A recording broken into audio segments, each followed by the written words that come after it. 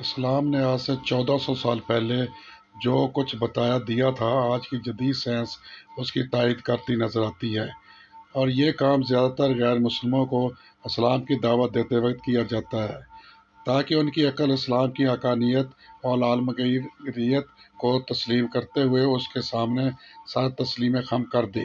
اسلام اگرچہ سائنس کی تائید کا محتاج نہیں ہے، اور اس کا پیغام امن و سلامتی اتنا مشہور و معروف اور عالمگیر ہے کہ اسے مسلم ہو یا غیر مسلم دنیا کا ہر آدمی تسلیم کرتا ہے۔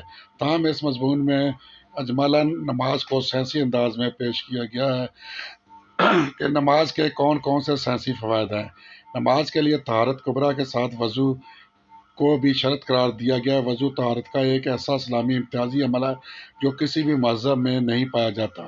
سائنسی نقطہ نظر سے وضو ایک ایسا عمل ہے جیسے بدن کے وہ حصے صاف ہوتے ہیں جن کے ذریعے امراض جسم میں داخل ہوتے ہیں۔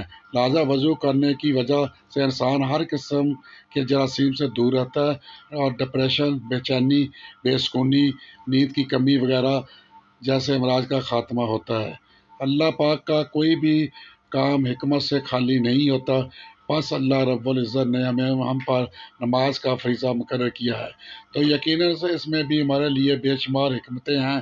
جدید سائنس پیرا سائیکولوجی کی روشنی میں انسان گوشت پوشت، خون اور ہڈیوں سے مرکب ایک پتلا نہیں بلکہ خاکی وجود کے اندر نوری جوہر بھی ہے، اور یہ نوری جوہر ہی اصل ہے۔ انسان کے اندر 3 جنریٹر کام کرتے ہیں۔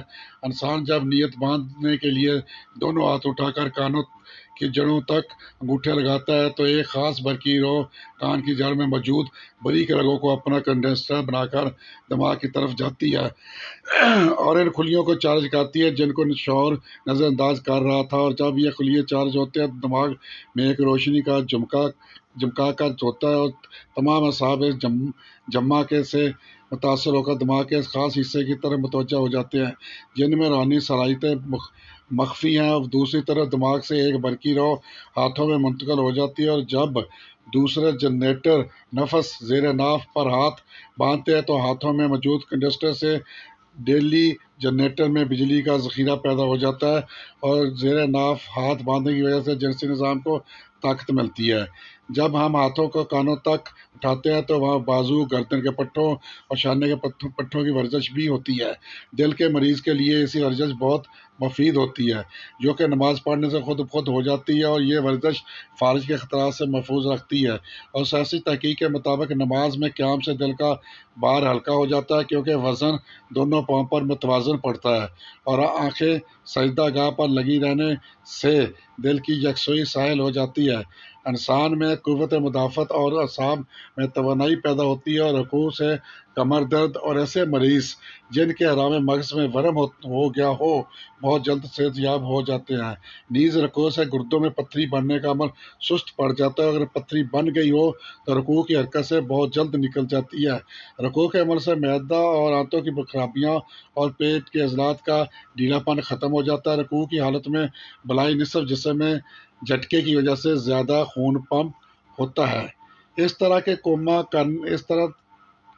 کوما کرنے یعنی دوبارہ حالت قیام میں آ جانے سے چہرہ اور سر کا دوران خون جو حالت رکوع میں بڑھ گیا نارمل ہو جاتا ہے، جس سے شریانوں میں لچک کی استعداد بڑھنے سے ہائی بلڈ پریشر اور فالج کے امکانات کم ہو جاتے ہیں۔ میڈیکل سائنس کہتی ہے کہ جب نمازی سجدہ کرتا ہے تو اس کے دماغ کی شریانوں کی طرف خون زیادہ ہو جاتا ہے۔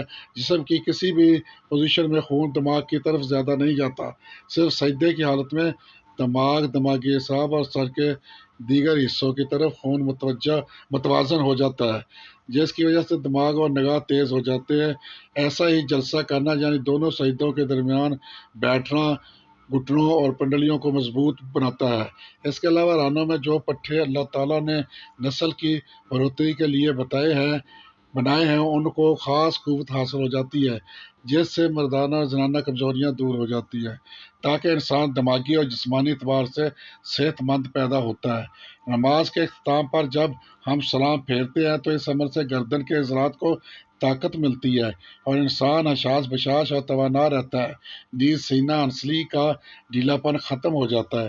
ان سب باتوں کا فائدہ اس وقت پہنچتا ہے جب ہم نماز پوری توجہ، دلجوئی اور پورے آداب اور سنت کے مطابق ادا کریں اور جلد بازی سے کام نہ لیں، چونکہ خالق کائنات کا کوئی بھی کام حکمت سے خالی نہیں ہوتا ہے۔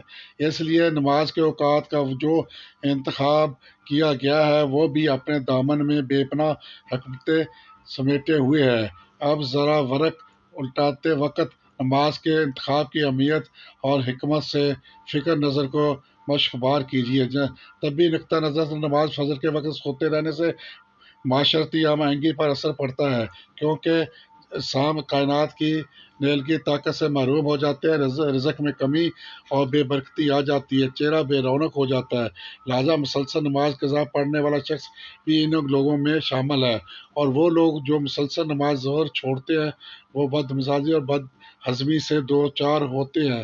اس وقت کائنات زرد ہو جاتی ہے، معدہ اور نظام پر اثر انداز ہوتے ہیں، روزی تنگ کر دی جاتی ہے۔ سائنس کی جدید تحقیق سے یہ بات بھی عیاں ہوتی ہے کہ نماز اثر چھوڑنے والوں کی تخلیقی صلاحیتیں کم ہو جاتی ہیں اور اثر کے وقت سونے والوں کا ذہن کند ہو جاتا ہے اور اولاد بھی کند ذہن پیدا ہوتی ہے۔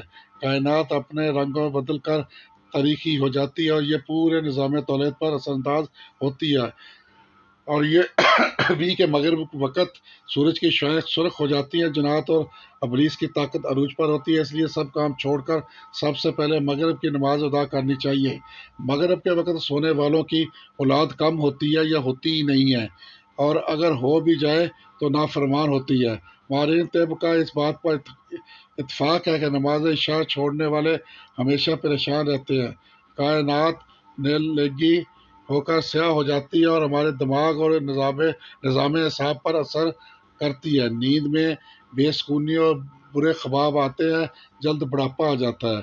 مذکورہ باتوں سے آسانی کے ساتھ یہ نتیجہ اخذ کیا جا سکتا ہے کہ بے نمازی کی نہ دنیا ہے نہ ہی آخرت، کیونکہ یہ ہماری شیطان کے ساتھ گہری دوستی اور ہمارے گناہ ہی ہیں جو ہمیں اللہ تعالیٰ کے سامنے سجدہ ریز ہونے نہیں دیتے۔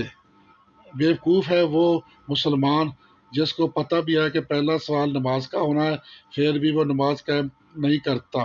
جب جنت والے جہنم والوں سے پوچھیں گے کہ تمہیں کون سا عمل یہاں جہنم میں لے آیا، تو وہ کہیں گے کہ افسوس، ہم نماز نہیں پڑھتے تھے۔ اللہ رب العزت ہمیں نماز کی توفیق بخشے۔